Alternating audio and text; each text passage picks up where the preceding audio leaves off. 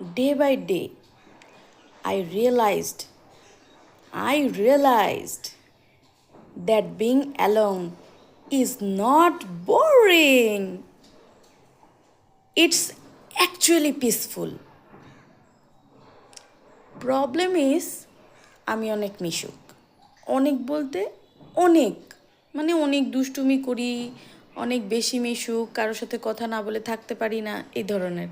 তারপরও মাঝে দিয়ে আমি একটু চেঞ্জ হয়েছিলাম, তারপর আবার কেন জানি মিশুক মিশুক ভাব চলে আসলো। এটা আমার জন্য আসলেই অনেক ক্ষতিকর। তবে আমার ব্রেনে মানে আসে কি জানেন, আমার হাজবেন্ডের খুব খুব খুব কাছের, মানে এর চেয়ে কাছের আর হয়ই না, এরকম একজন মানুষের লাইফ পার্টনার।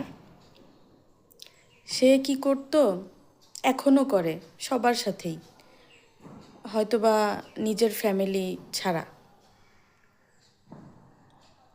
মানে out of sight out of mind.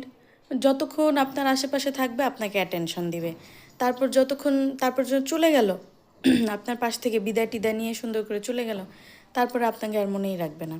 তো আমারও না আসলে এরকম হয় উচিত। আমি কিছু কিছু মানুষের সাথে এরকম ব্যবহার করেছি বিগত 1-1.5 বছরে করেছি, কিন্তু এই আচরণগুলো না আমার বাড়াইতে হবে, মানে শিখতে হবে ওর কাছ থেকে আরও কিছু, যে এগুলাই করা উচিত। আমি আমার বিয়ের বয়স 8.5, মানে 9 চলে, এত বছর সবার সাথে মিশুকভাবেই চললাম, মিশুকভাবেই থাকলাম, তারপরও ওই আমার দোষগুলাই বের হয়। আমার কারণ কি, কারণ হচ্ছে ওই যে আমি আসলে মানুষদেরকে তাদের আর কি কি বলে, মানে টাকা পয়সা আসলে একটু দিতে পারি না, মানে হয় না। আরে ভাই, আমি নিজে গরিব মানুষ, আমি নিজেই তো চলতে পারি না, আমি ওদের কীভাবে টাকা পয়সা দিব।